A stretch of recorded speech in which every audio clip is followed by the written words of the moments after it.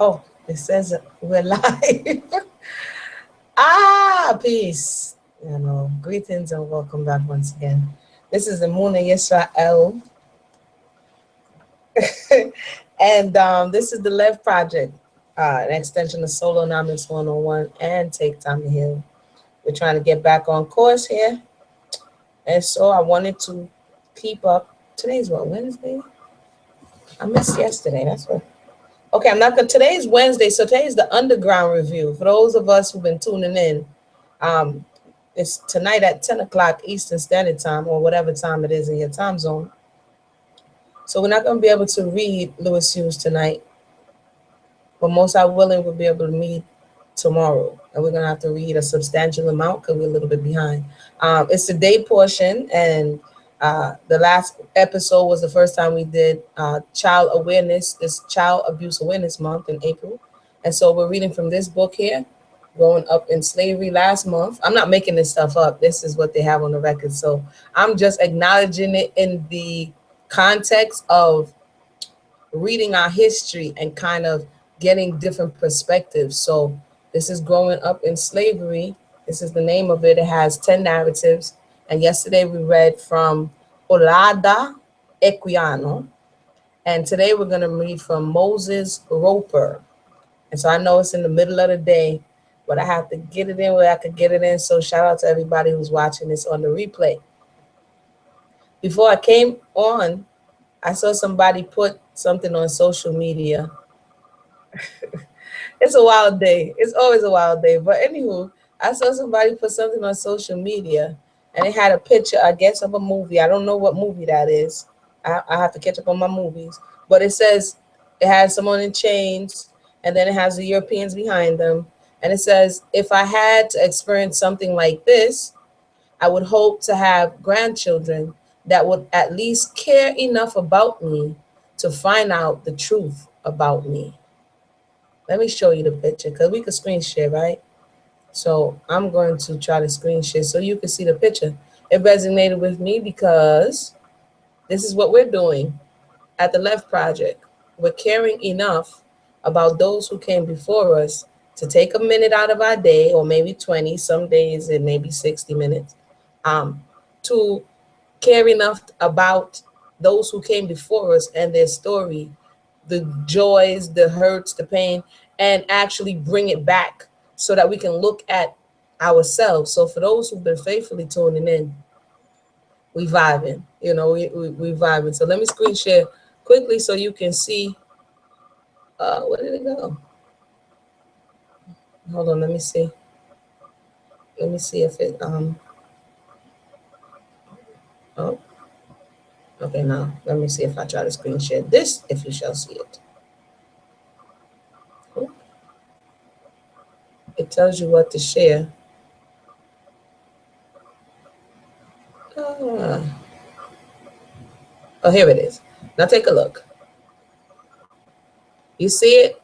So it says, if I had to experience something like this, I would hope to have grandchildren that would at least care enough about me to find out the truth about me. It's not what you think or what, to actually find out the truth from their own words, because this is a rare form at this of narratives. This is when something that sprung up and I had to share because I said, and this is why we have been reading since January 1st, 2016, 4 months strong of the Lev Project. Okay, let me stop sharing here. It's going backwards. Hold on. So you were able to see that, and it resonated with me because that's what we're doing. I don't know.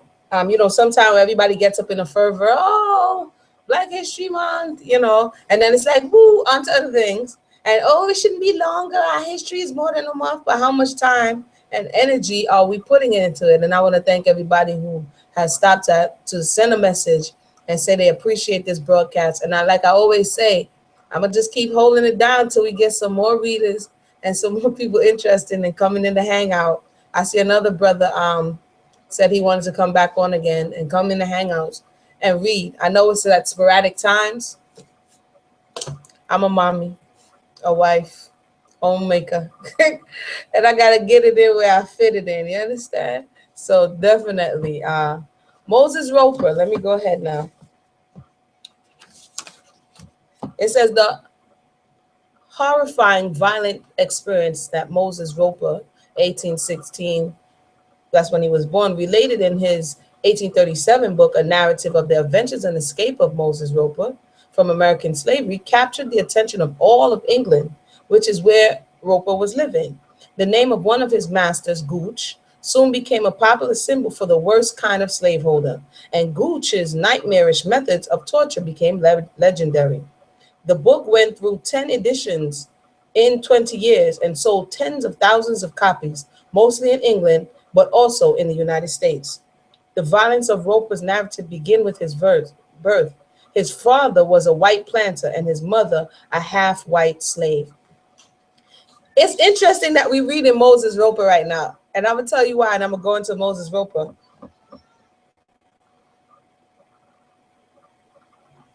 Oh, just checking. You know, you got the mommy ears, you're like, do, do, do, do, do, do, do. What's that noise? Okay, I was recently in a conversation co-hosting, talking about interracial relationships. And as I am reading these narratives more and looking at our situation today and the way things are and how people react and how they feel about it, one brother on the panel said jungle fever, and I'll keep it short. So I was like, jungle fever, okay, I know that terminology, but I know it's a movie, but I don't remember seeing the movie. So yesterday, I go and watch this movie because apparently it came out in 91 and I was a shorty in 91. So I was not watching, Jungle Fever. It was R-rated. I go watch this movie and I'm like, oh my goodness. You see so much being said. But I find it interesting that Moses Roper, his father is a white planter and his mother is a mulatto because she's half white. So she's a mulatto, meaning that she would also have to be half black, I'm assuming. So I'm going to go into this, but we're going to see how it affects how we look at ourselves, how we look when we see this type of union in public, and why it invokes so much indifference. Before I came on, that's kind of why I was laughing. Before I came on, I uploaded the video, if you want more of my thoughts on that, on the same YouTube channel. And a man, I don't know if it's a man, but somebody says, I'm guessing it's a man. He says he'll trade 20 black women to get my hands on one of them white goddesses. I don't know if he was being sarcastic or if he was being funny, but just go ahead and meditate on that while we read about Moses Roper. A few months before I was born, my father married my mother's young mistress. As soon as my father's wife heard of my birth, she sent one of my mother's sisters to see whether I was white or black. And when my aunt had seen me, she returned back as soon as she could and told her mistress that I was white. I'm gonna try to read through this and resembled Mr. Roper very much. Mr. Roper, wife, being not pleased with this report, she got a large tub or club stick and knife and hastened to the place in which my mother was confined.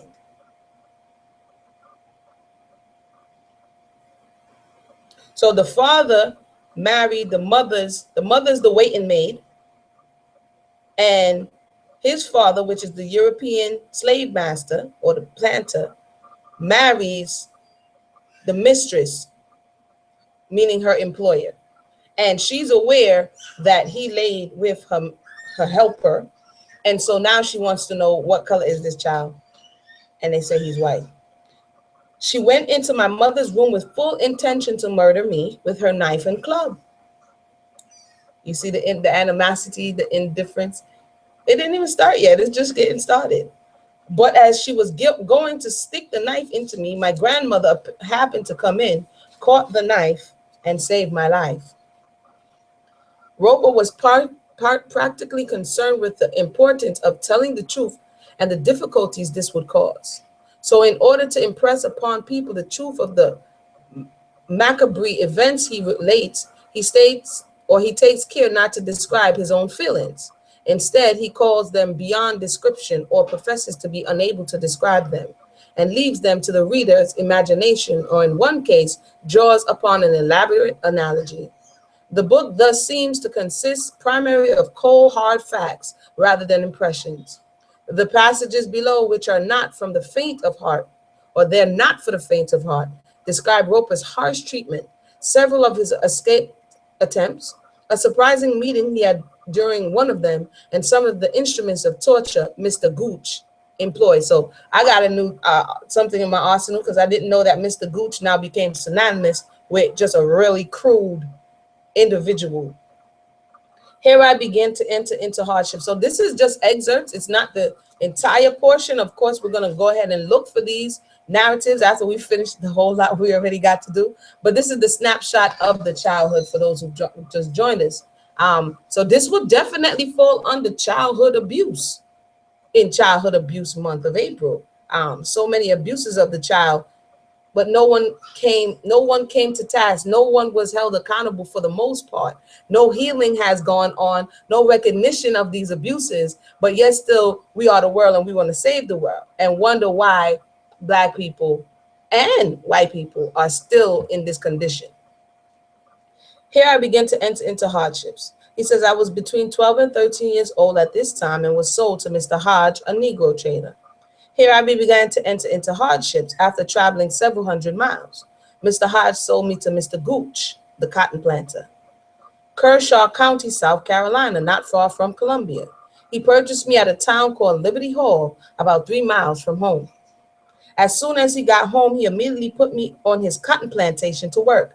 Remember, I think I was saying yesterday that, you know, you get sold, your mother gets sold off, traumatizing. There's no space and time to really rectify all that just happened to you. Boom, go to work. He said it. All of that just happened to the 12-year-old, 12 or 13, and all, you know, go to work. That, you know, you're not a person. You know what I'm saying? Get to work. And put me under overseers, gave me allowances of meat and bread with the other slaves, which was not half for me to live upon, and very laborious work. Here my heart was almost broke with grief at leaving my fellow slaves. Mr. Gooch did not mind my grief, for he flogged me nearly every day and very severely. Mr. Gooch bought me for his son-in-law, Mr. Hammonds, about 5 miles from his residence. This man had 2 slaves beside myself. He treated me very kindly for a week or 2. But in summer, when cotton was ready to hoe, he gave me task work connected with this department, which I could not get done, not having worked on cotton farms before. When I failed in my task, he commenced flogging me and sent me to work without any shirt in the cotton field in a very hot sun in the month of July. In August, Mr. Condell, his overseer, gave me a task at putting fodder, hay for feeding the animals. Having finished my task before night, I left the field. The rain came on, which soaked the fodder. On discovering this, he threatened to flog me for not getting in the fodder before the rain came. This was the first time I attempted to run away, knowing that I should get a flogging. I was then between 13 and 14 years old. Impossible task. You know, you go into these call centers, the plantations of today, and you have some impossible tasks. They literally like want to chain you to the chair, you know, and you have to sign out. I worked at these places. I know what I'm talking about. And I'm like, I got to get out of here. You know, oh, you've been at the bathroom for 2.5 minutes. What exactly were you doing in there? We see you logged off.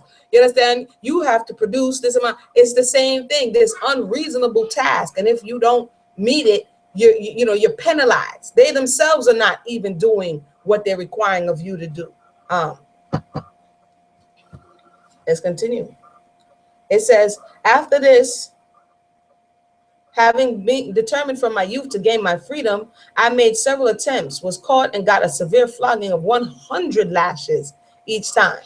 Mr. Hammonds was a very severe and cruel master, and his wife was still worse. Oftentimes we get this, we see it in Lewis Hughes. He says the same thing, like the mistress. Sometimes they're worse than the slave master because they got something to prove, apparently, or they have some pent-up frustration. It says, after Mr. Hammond saw that I was determined, rewind. He got 100 lashes. The wife was worse. She used to tie me up and flog me while naked. They just like seeing naked Black people's flesh. After Mr. Hammond saw that I was determined to die in the woods and not live with him, he tried to obtain a piece of land from his father-in-law, Mr. Gooch.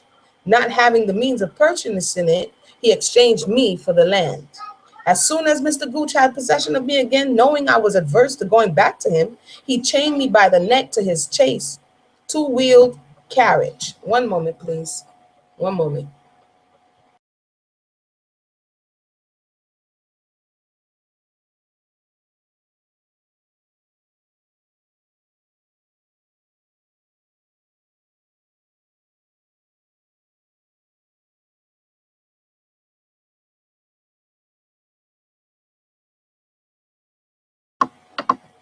All right. Thank you for holding. Um, So he's back to Mr. Gooch. As soon as Mr. Gooch had possession of me again, knowing I was averse to going back to him, he chained me by the neck to his chaise, two-wheeled carriage. In this manner, he took me to his home at the McDaniels Ferry in the county of Chester, a distance of 15 miles, after which he put me into a swamp to cut trees. This is a boy. This is a 12 or 13-year-old boy we're talking about. I mean, they're giving him man work. You understand? And oftentimes half starved and half clothed, as this is what he's testifying to. Work with men of 25 or 30 years of age have I to do. And he just said that. I being but 16, he's 16 at this point. Here I was only very short allowance of food, and having heavy work was too weak to fulfill my task. For this, I got many severe floggings. And after I had got my irons off, I made another attempt at running away. Like worse than an animal, worse than you would do to your animal. He took my irons off in the full anticipation that I could never get across the Catawba River, even when at liberty. On this, I procured a small Indian canoe which was tied to a tree, and ultimately got across the river in it. I was wandering through the wilderness for several days without any food and but a drop of water to allay my thirst, till I became so starved that I was obliged to go to a house to beg for something to eat, when I was captured and again imprisoned. Mr. Gooch, having heard of me through an advertisement, before we mentioned, everybody's in cahoots, the lawyers, the judges, the printing presses, the farms, because these are little corporations, yeah, small business owners. These are what the farmers were. They're in it for a profit, therefore you're in business. So everybody was involved, the ship makers, the candle makers, the sail makers, everybody was involved in slavery, directly or indirectly. He says, on this I procured, no, he said he was back in prison. Mr. Gooch, having heard of me through an advertiser, sent his son after me. He tied me up and took me back to his father. Mr. Gooch then obtained the assistance of another slaveholder and tied me up in his blacksmith shop and gave me 50 lashes with a cowhide. He then put a long chain weighing 25 pounds round my neck and sent me into a field, into which he followed me with the cowhide, intending to set his slaves to flog me again. Knowing this and dreading to suffer again in this way, I gave him a slip and got out of his sight, he having stopped to speak with the other slaveholder. I got to a canal on the Catawba River, I think Catawba River, sorry if I'm pronouncing that wrong, on the banks of which, and near to a lock, I procured a stone and a piece of iron, with which I forced the ring off my chain and got it off, and then crossed the river and walked about 20 miles when I fell in with a slaveholder named Ballard, who had married the sister of Mr. Hammonds. I knew that he was not so cruel as Mr. Gooch, and therefore begged of him to buy me. Mr. Ballard, who was one of the best planters in the neighborhood, so the word is out. You would know who's the worst planter, who's the best planter, who doesn't misuse or abuse their slaves. And this oftentimes the slaves will beg to buy them and calling them good employers, right? Not really employers because they're not paying you, so good slaveholders. But it says who had married, okay, Mr. Barron, who was one of the best planters in the neighborhood, said he was not able to buy me and stated that he was obliged to take me back to my master on account of the heavy fine attached to a man harboring a slave. Mr. Ballard proceeded to take me back. As we came in nigh of Mr. Gooch's, all the treatment that I had met with there came forcibly upon my mind, the powerful influences which is beyond description. On my knees, with tears in my eyes, with terror in my countenance, and fervency in all my features, I implored Mr. Ballard to buy me, but he again refused, and I was taken back to my dreaded and cruel master. Having reached Mr. Gooch's, he proceeded to punish me. I mean, he's catching it. You talk about child abuse. What is this? Child Abuse Awareness Month. This is a man who knows he's being abused and is sending him back into this predicament, into this situation to further be abused. And they say they use the Bible to promote what they were doing and said they used the Bible for slavery. But if you look at the Bible, if a slave runs away because he's being abused, you're not supposed to take him back to his master. So I don't know what Bible they were using for this. That's not biblical right here, what you're seeing and what you're hearing. Although oftentimes people will say, yeah, that's in the Bible for them to do that. You know, that's in the Bible for them to take him back. No, it's not. It says, this, okay, having reached Mr. Goose, he proceeded to punish me. This he did by first tying my wrists together and placing them over the knees. He then put a stick through under my knees and over my arms, and having thus secured my arms, he proceeded to flog me and gave me 500 lashes on my bare back. This many appeared incredible, but the marks which they left at present remain on my body, a standing testimony to the truth of this statement of his severity. He then chained me down in a log pen, an enclosure for storing logs, with a 40-pound chain, and made me lie on the damp earth all night. In the morning after his breakfast, he came to me, and without giving me any breakfast, tied me to a large heavy burro or wheelbarrow, which is usually drawn by a horse, and made me drag it to the cotton field for the horse to use in the field. Thus the reader will see that it was of no possible use to my master to make me drag it to the field and not through it. His cruelty went so far as to actually to make me the slave of his horse, and thus to degrade me. He then flogged me again and set me to work in the cornfield the whole of that day and at night, and chained me down in the log pen as before. The next morning he took me to the cotton field and gave me a third flogging and sent me to hoe cotton. At this time I was dreadfully sore and weak with the repeated floggings and harsh treatment I had endured. He put me under a black man with orders that if I did not keep my row up in hoeing with this man, he was to flog me. The reader must recollect here that not being used to this kind of work, having been a domestic slave, it was quite impossible for me to keep up with him, and therefore I was repeatedly flogged during the day. Mr. Gooch had a female slave about 18 years old who also had been a domestic slave, and through not being able to fulfill her task had run away, which slave he was at this time punishing for offense. On the third day he chained me to this female slave with a large chain of 40 pounds weight around the neck. It was most harrowing to my feelings thus to be chained to a young female slave for whom I would rather have suffered 100 lashes than she should have been thus treated. He kept me chained to her during the week and repeatedly flogged us while thus chained together, and forced us to keep up with other slaves, although retarded by the heavy weight of the long chain. We've noted oftentimes in this conversation of mixing, intermarrying, the offensive feelings, the anger that people feel when they see this, she was getting beat right next to you. She was getting whipped right next to you. The European, the slave master, the mistress were the ones who were inflicting these beatings. They were the ones who told your brother to beat you. And like I read in the note, the guy said he would jump over 20 of these descendants of a woman like this who was getting beat in the field with you and taking the lashes and feeling the pain. He said he would jump over 20 of them to get to the European woman. That's interesting.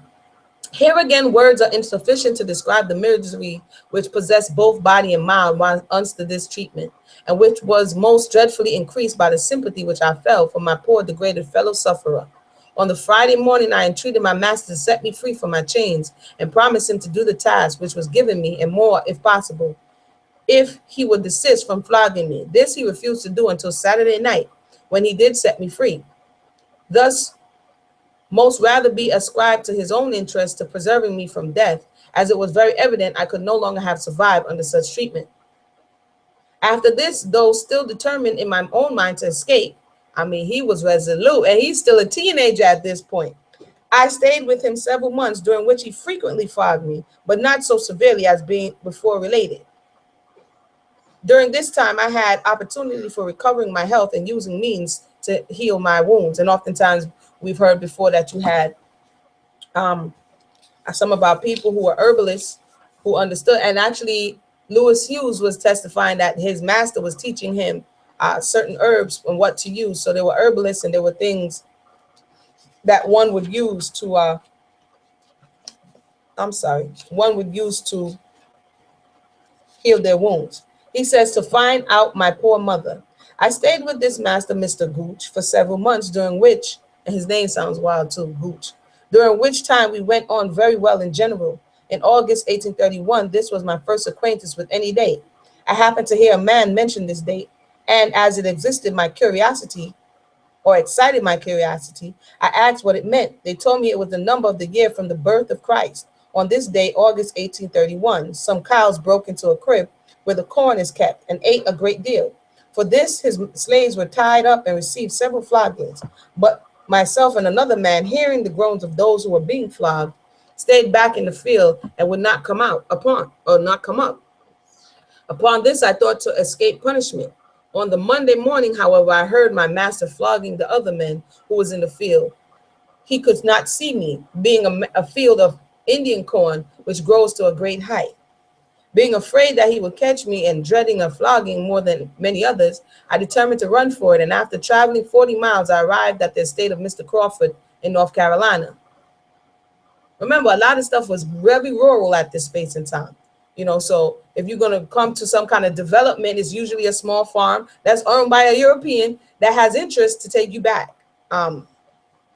This is 1831. So the abolitionist movement at this time is at its high, it's getting high. The 30s, the 40s, the 50s is starting to build momentum. It says, Mr. Crawford in North Carolina, Mecklenburg County. Having formerly heard people talk about the free states, I determined upon going thither, and if possible in my way, to find out my poor mother, who was in slavery several hundred miles from Chester. But the hope of doing the latter was very faint. And even if I did, it was not likely that she would know me, having been separated from her between 5 and 6 years old.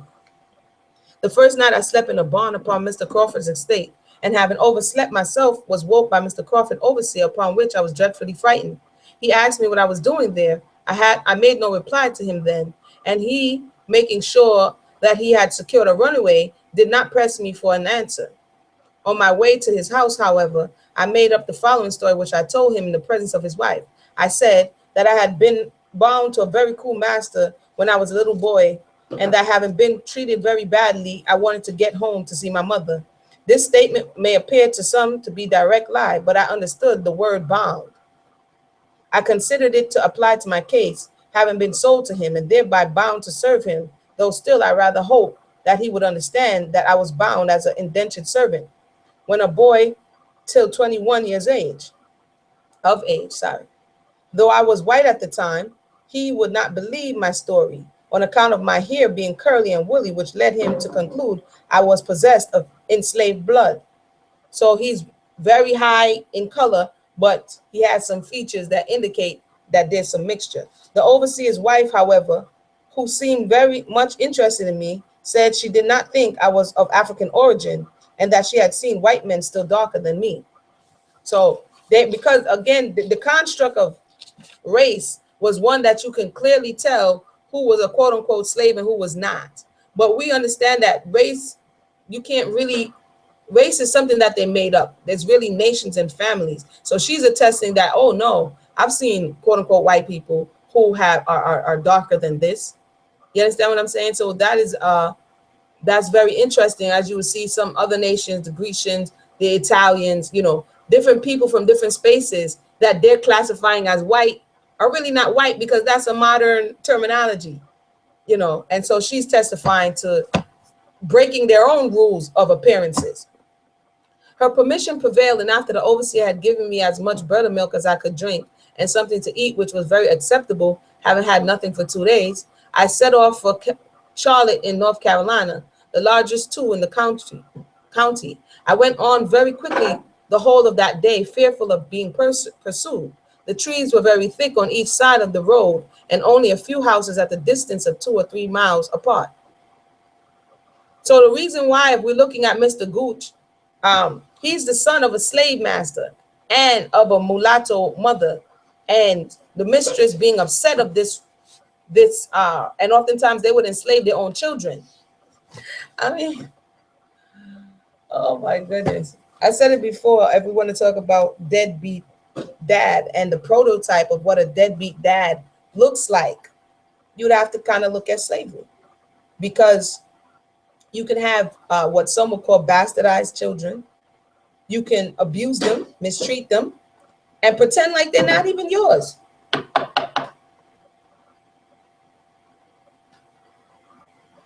And pretend like they're not even yours. And this is what we're seeing. He was being abused by his very own.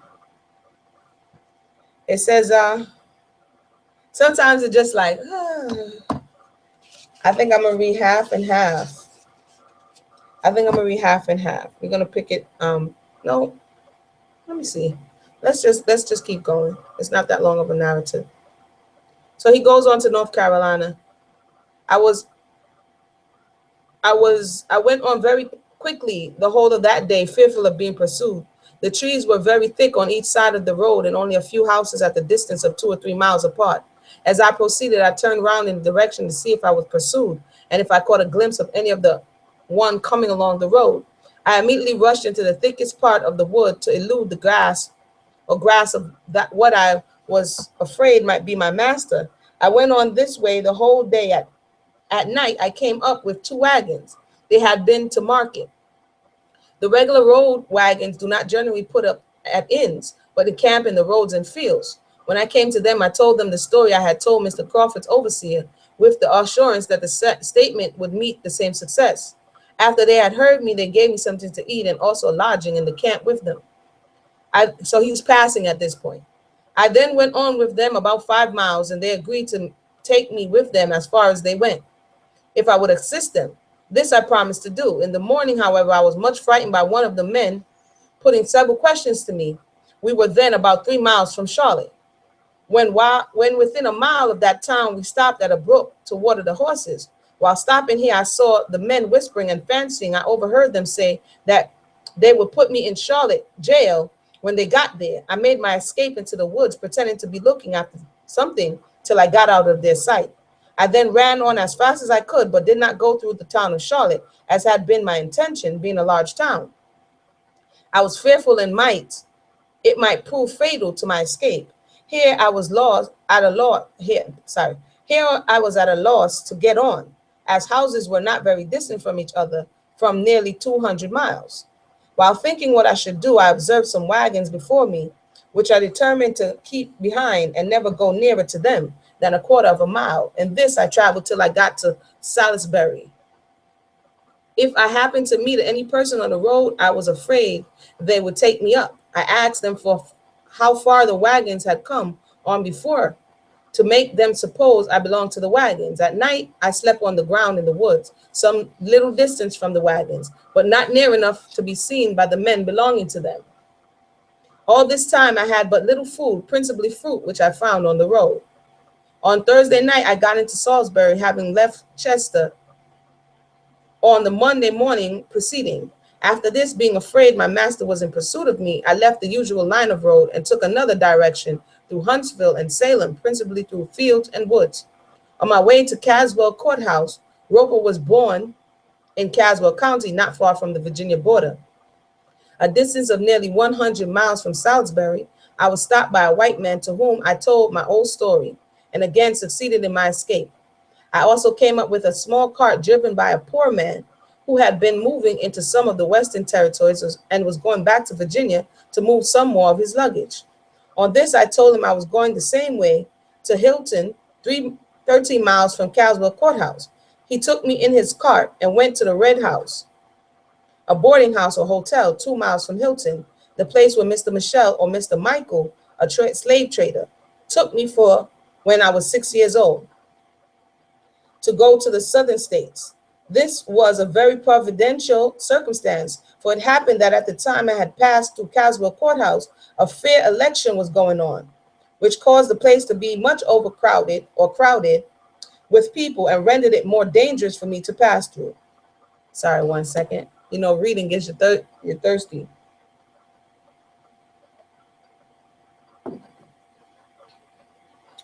At the Red House, I left the cart and wandered about a long time, not knowing which way to go to find my mother. After some time, I took the road leading over to Echo Creek.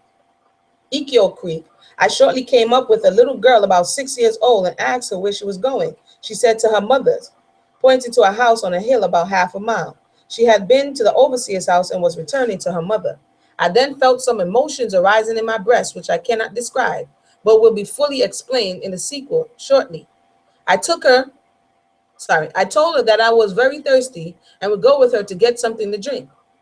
On our way, I asked her several questions, such as her name, that of her mother. She said hers was Maria and her mother's was Nancy. I inquired if her mother had any more children. She said 5 besides herself, and that they had been told that one of her been sold with when a little boy. So this is that's why he said it's providence. So he ends it up. I think this is going to be his little sister, but let's see. I then asked the name of this child, and she said it was Moses. Exactly. So he came into contact with his younger sister because his name is Moses Roper.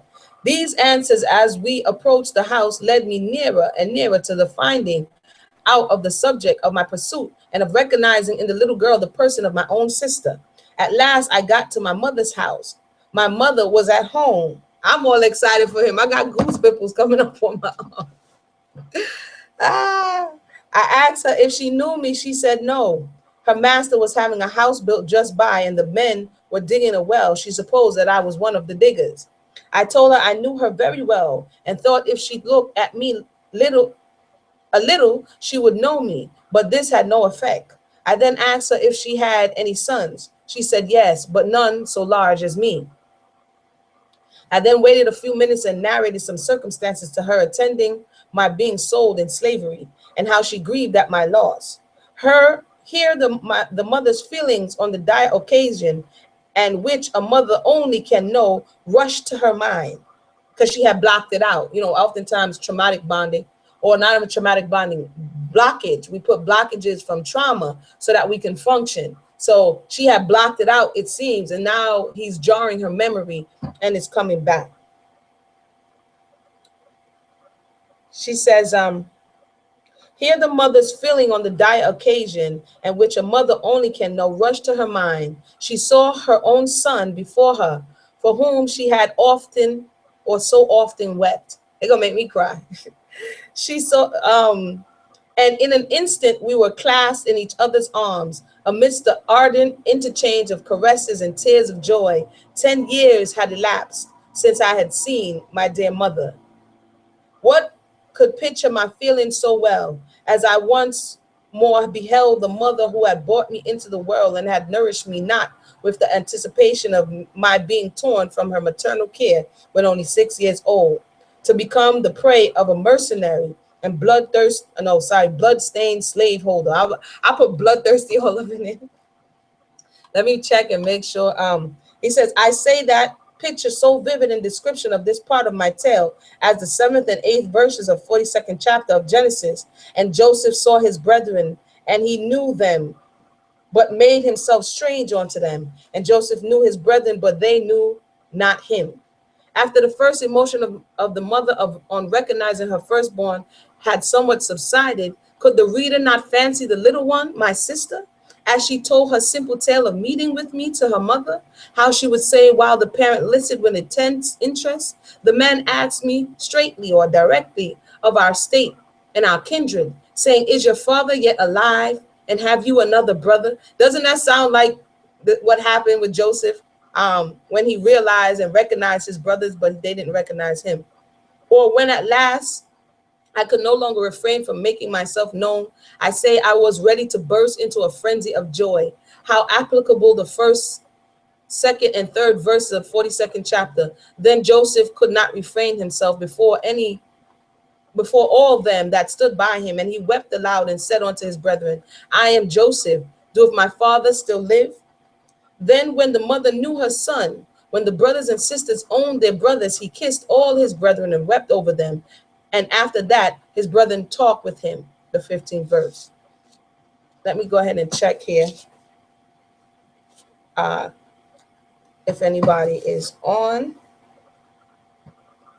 and in need of a conversation. 1 second. I think we're going to break this one When did I start reading? A little bit after 3:30. Oh,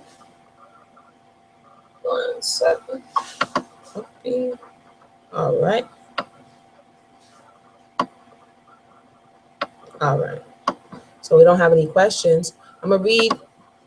We're gonna pick up on page 26 or 27. So I'm gonna read this last paragraph. At night, my mother's husband, a blacksmith belonged to Mr. Jefferson at the Red House, came home. He was surprised to see me with the family, not knowing who I was. He had been married to my mother when I was a babe and had always been very fond of me. After the same tale had been told him and the same emotions filled his soul, he again kissed the object of his early affection. The next morning, I wanted to go on my journey, and in order to make sure of my escape to the Free States, but as might be expected, my mother, fathers, and brothers and sisters could ill part with their long lost one, and persuaded me to go into the woods in the daytime and at night come home and sleep there. This I did for about a week. On the next Sunday night, I laid me down to sleep between my two brothers on a pallet which my mother had prepared for me.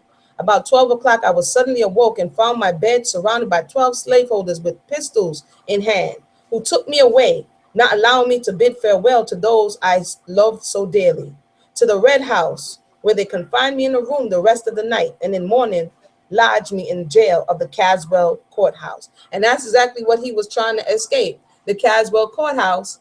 But how could you not want to stop it's let me show you the picture. I like the way they draw the picture here.